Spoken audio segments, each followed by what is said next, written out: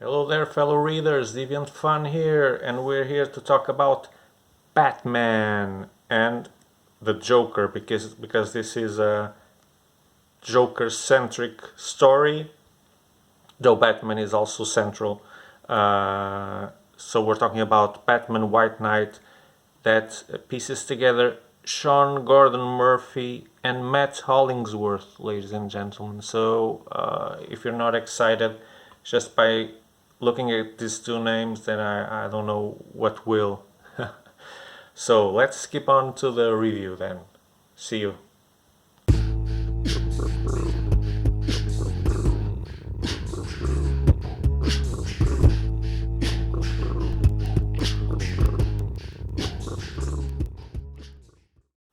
So like I said, DC,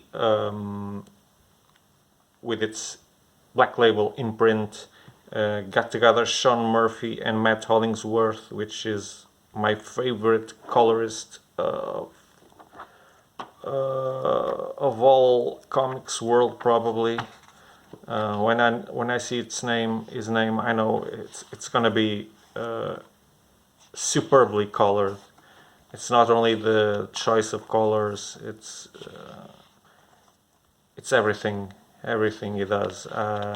He does really complement the sketching art in such ways is awesome. This guy is awesome. So Batman the White Knight, like I said, is a Joker-centric story. Perhaps we're seeing too much of that currently. DC, you need to put a break on that, please. So this book's premises is around what if Joker would stop being Joker, would stop being mad, and would regain his inner self, assuming that there is one, is inner good person, the one before the accident that transformed him into the monster that he is now. What if that happened? And the book, it finds a way that Joker goes sane. It's a hard to swallow way for it to happen, but let's forget about that. It's a detail that if we need to forget to enjoy the book fully. Okay, so he just takes a drug and oh look, I'm no longer Joker, and I think clearly now, and I don't want to murder people. So that's a little bit hard to swallow, but yeah, let's forget about it because the book has so many good things around it that we really need to put that behind our back to enjoy it. So with a Joker that is no longer a Joker and doesn't even want to be called Joker, it still revolves around Batman. He is not obsessed with him, but he wants now he wants to take his place. So he wants to show the world, and especially Gotham City, of course, that Batman is evil and that he is the cause of Gotham being as it is, of being a super crimey city, and etc. So he starts a campaign both for liberating himself from the claws of justice and also to put the name of Batman in the mud. And he quite succeeds at it. Then he has some trouble with his girlfriends, Harley Quinn and Harleen, because Harley Quinn wants his beloved Joker back, and Harleen is up in the clouds because Napier is back and Joker is gone. But Napier is not in full control. Sometimes the Joker bursts out. So what we see throughout the book is Joker trying to to put Batman out of the scene, try to ally himself with the Gotham Central Police Department, giving them means to increase their strength, trying to separate Batgirl and Robin, or Nightwing, better saying, from Batman. And he also succeeds in that. So he succeeds in a lot of stuff in this book. And the story revolves around that. So Batman is also very centric here, because, as you know, he's always divided on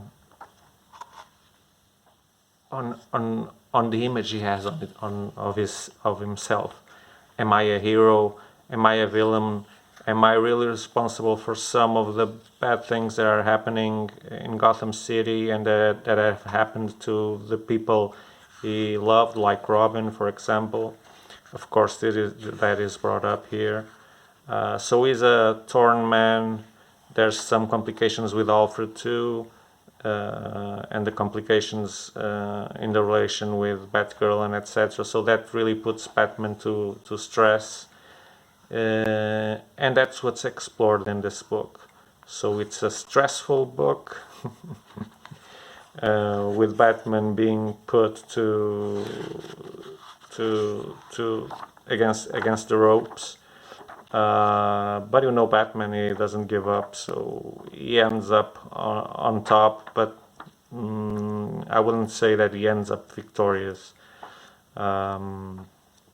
The book ends up in quite an unexpected way. So, as for narrative, well, it's Sean Gordon Murphy, so what were you expecting? It's very well written. There's enough ingredients in here to please every reader. It's a read sufficiently complex to make you want to read it again, because you're sure you missed some kind of detail. At least that's what I felt. I'm going to read it again, because it really, it seems like a small book, but it's a long read. I can't explain why, but perhaps the paper is too thin. But I thought I would be reading it in 2 steps, and that's not true, because the book is dense. It's got a lot of story, got a lot of things happening and twists and etc. So this comes highly recommended. Batman White Knight. There's also a Curse of the White Knight follow-up, which is not as acclaimed as this book. We'll talk about it in a future video. So that's it. That's our impression. If it wasn't clear, super recommended.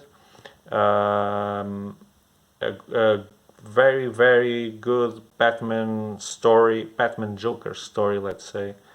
One that I will say it will age very well. I'm pretty convinced that 10-20 years from now, a reader seeing this book and reading this book will enjoy it as much as we do now.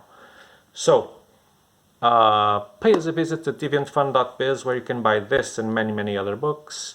Follow us on Instagram and Facebook, and of course like this video if you liked it. Subscribe to the channel if you want to receive notifications when we put out new videos, and we're constantly doing that. And until then, stay safe, stay well, and have lots of good reads. So see you in our next video. Bye bye.